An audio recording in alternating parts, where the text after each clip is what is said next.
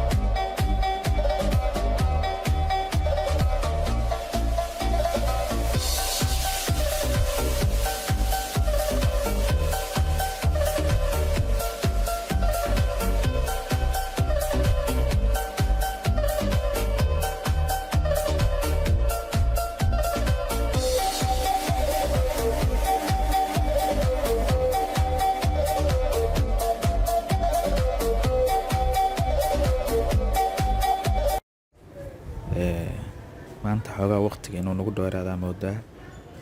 Marka suuqa iska xun maalinta axadda iyo maalinta sabtiga xoogaa suuqa uu iska halis waaye. Marka maalmaha oo caadiga ayaa fiican. Haddii aan u aragno in aanan ka heli karin targetkeena koowaad haddaan ka helno oo $100 insha Allah waan iskaga baxaynaa hadduu Ilaahay yaraa, waayo waqtiga aad noogu dheeraado.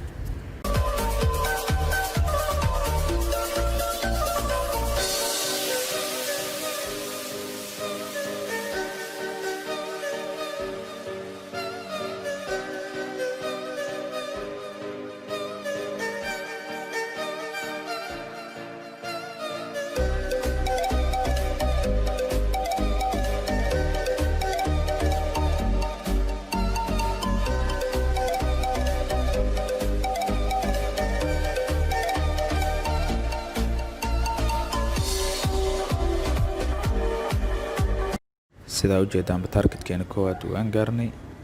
Marka insha Allah no more trade, marabna inaan sii trade gareyno.